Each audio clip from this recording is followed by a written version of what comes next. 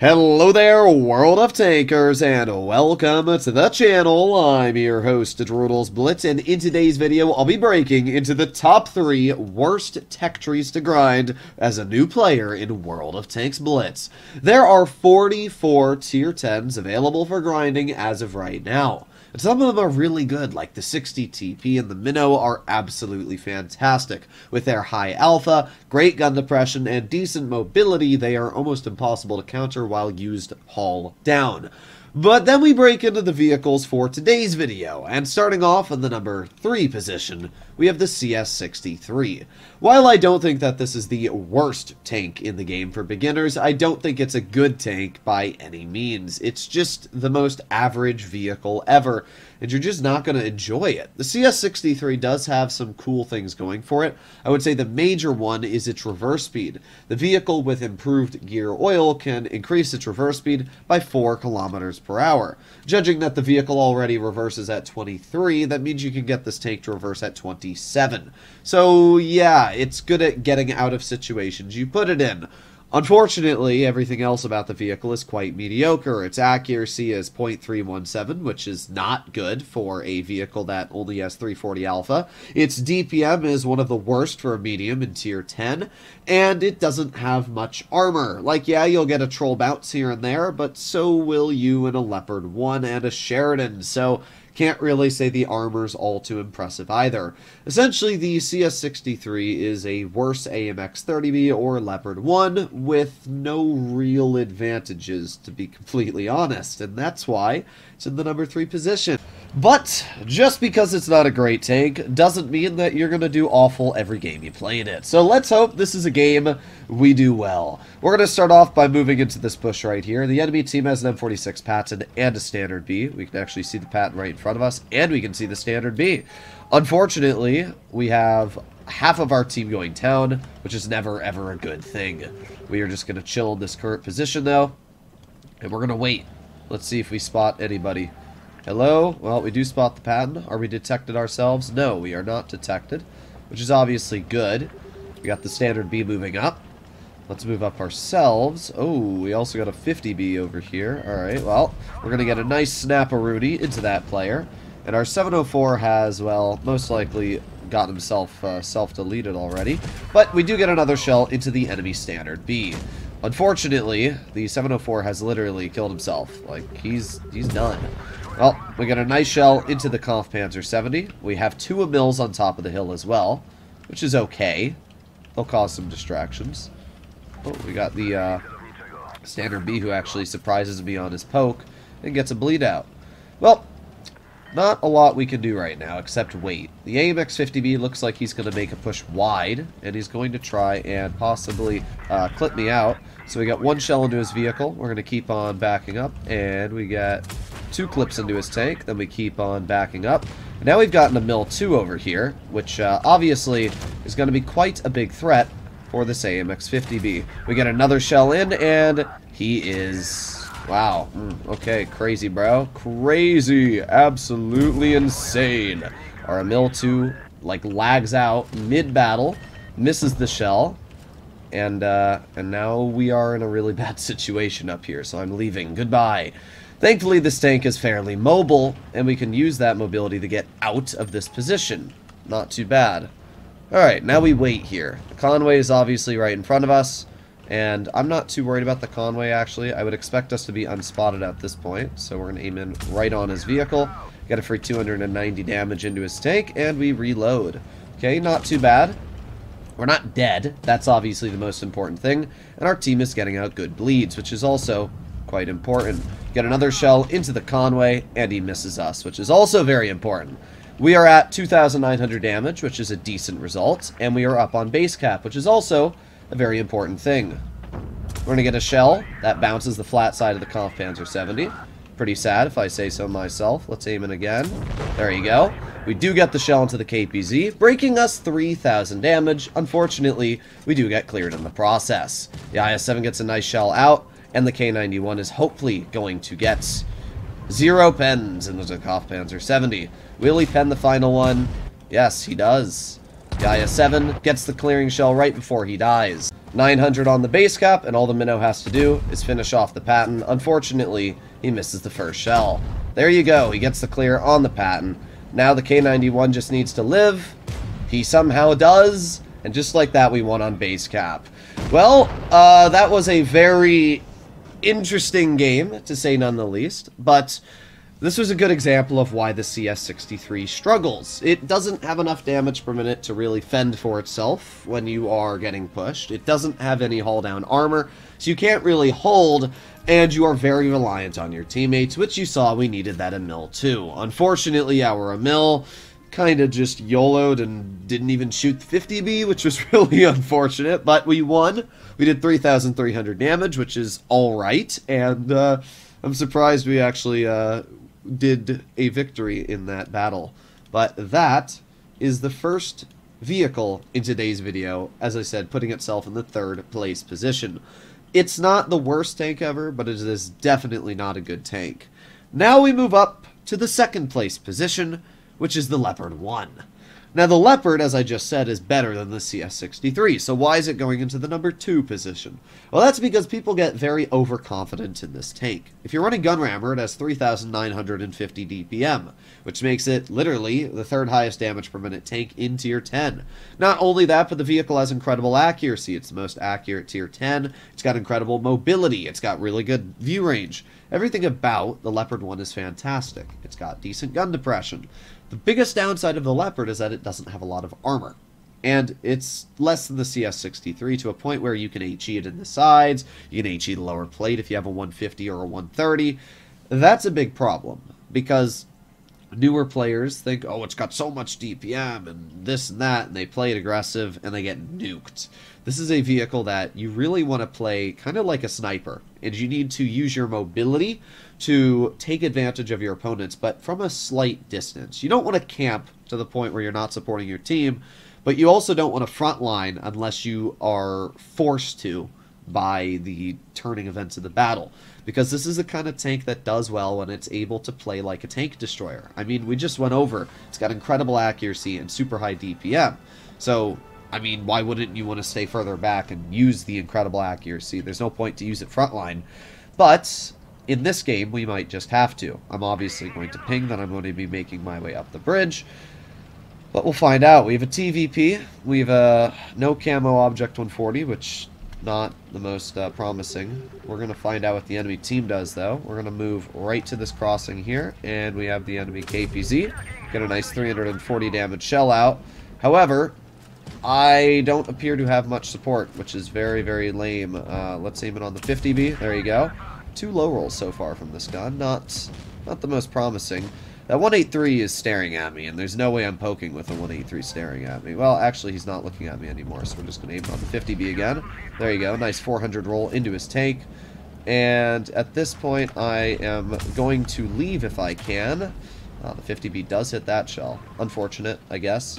But yeah, there's no way I'm holding this. Oh, yep, there you go.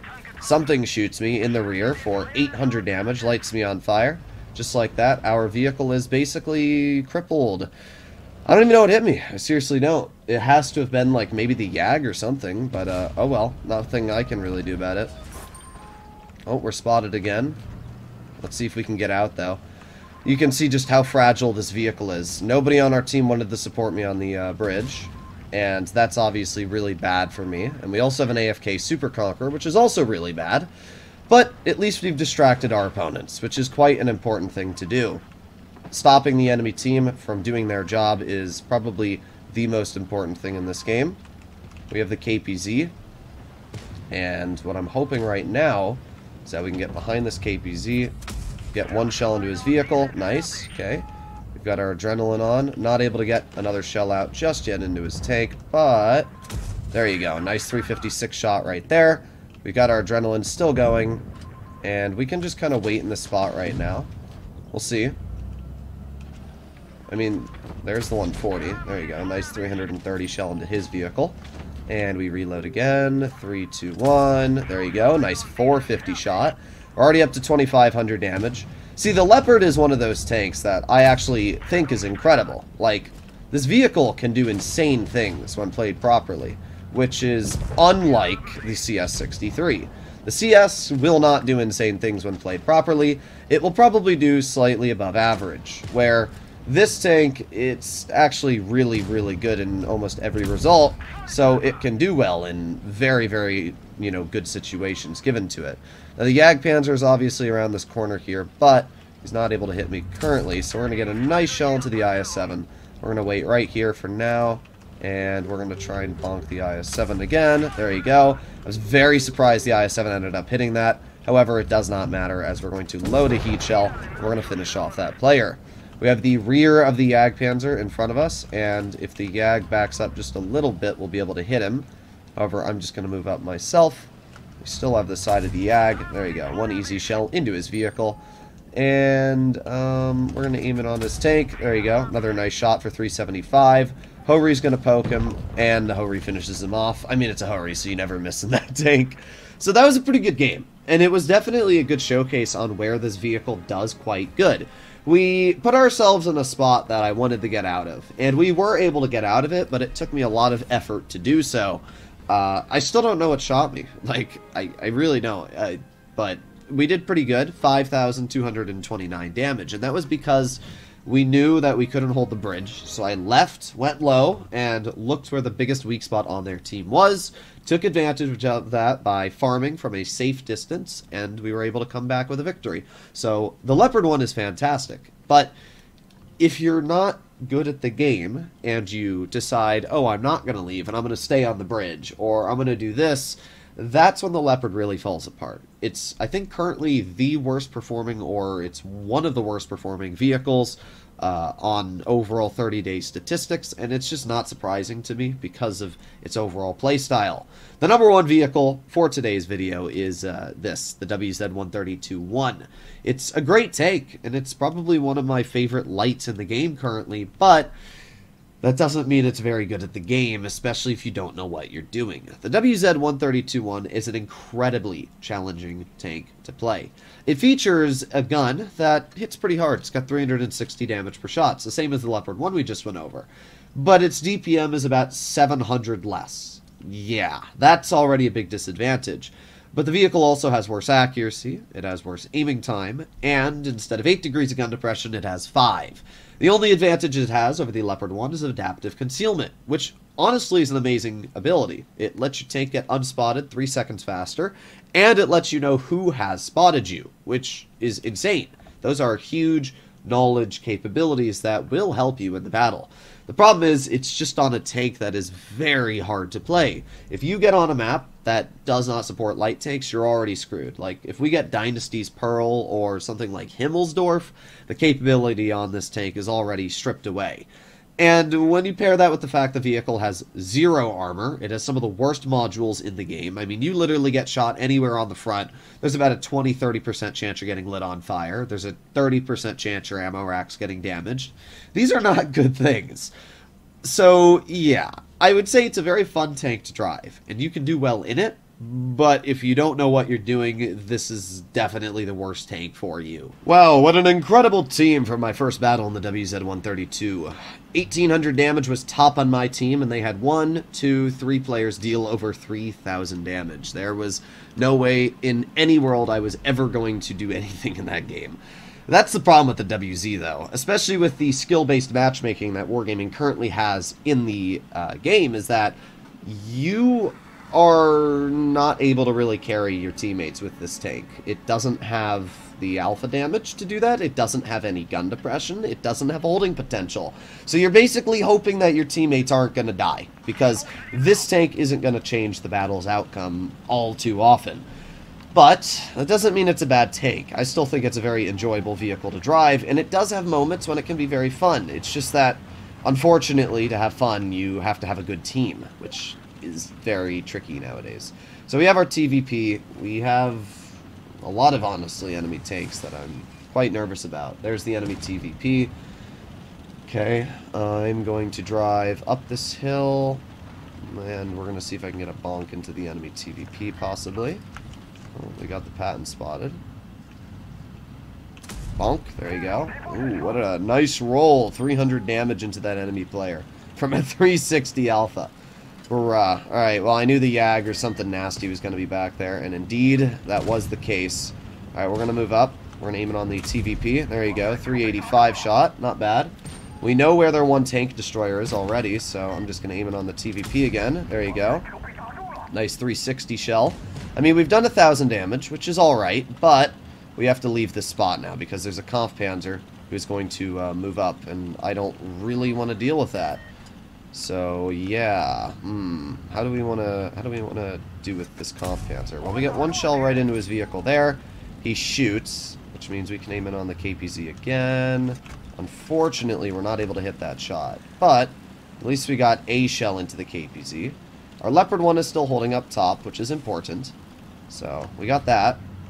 Alright, well, I'm gonna wait right here. The TVP is going to clear Kampfpanzer. Nice. That was actually quite big. Okay, now I can move up here again. Let's see. The Patton, for some reason, bailed on medium side and is now on the other flank of the map. I do not think the TVP is over here. With that knowledge in mind... Oh, yep, there's the TVP running away. There you go. Nice shell into his vehicle, tracking him for 370 in the process. It's pretty nice, honestly. We have the standard B in front of us, and we're going to drive right on over, and we get lit on fire. Well, that's just my luck. Alright, well, the Yag is in the back. I heard the Yag miss, so we're going to aim it on the Yag's lower plate. That definitely did not pen. Okay. Well, we reload. Saw the TVP. Looked like he was in mid. Interesting. Well, I'm going to back up, and we're going to see if I can get any shells into the standard. TVP killed our teammate, which is not very good for us. And I'm going to go wide around. Where is the standard, bruh? There's the VK. Let's move up a bit. Did the standard leave? Yeah, he did. Weird. There he is. What an odd play. Alright, well, we get one shell into his vehicle. We're going to chill right here. We're aiming again. We get a second shell into his tank. We aim in again. 3, 2, 1, and we finish him off. I'm obviously worried about the Yag, who is indeed looking this way. Base cap is going to be a serious problem in this battle. However, my thought process right now is I'm going to try and get behind the Shag while they deal with the base cap, because I think I can. The only way I really die to the Shag is if he high rolls me, which I don't even think is possible, because we're going to get right behind his tank, just like so. There you have it. This is exactly where you want to be. So we're just going to stay behind his tank, and this is obviously not what this Shag wants. There you go, another nice shell into his vehicle. Nice, okay. Yeah, I don't think this Shag is enjoying our company all too much, going to be honest. But this is why the WZ can do pretty well, because if you can play it properly, you can put it in positions where you can actually distract, you can hold, and you can get good shells out. That was a really solid game, and we took advantage of basically every situation we could have there. We did 5,600 damage. We got an ace, which shows you just how poor of a performer the vehicle is. And we won. A lot of people don't realize this. Sometimes people think aces make the tank look good. If you get an ace at only 4,000 damage, that's not a good showcase. That means that people aren't doing more than 4,000 damage in this tank, which is not great. You know, to ace an FV215B or a 113, it's probably going to be like 6,000 damage. This tank, yeah, it's quite a bit less. But that was a great game, and these, I think, were all pretty good battles, honestly, for the showcase of the vehicles. They can be played well, but the question is, can you play them well? Should you grind them? That is fully up to you. I am just the messenger, letting you know my personal opinions on what I think are the worst tanks to grind in Tier 10. I think there's other ones that are really bad as well. The Object 140 is a good shout of an awful tank to grind. I think that the 260, while it's not a bad tank to grind because it's a collector, is still an awful tank to get your hands on. Same for the 4005 and 183. There's a lot of vehicles that are tricky, but these are my 3 picks. I'll see you in the next one. Bye-bye.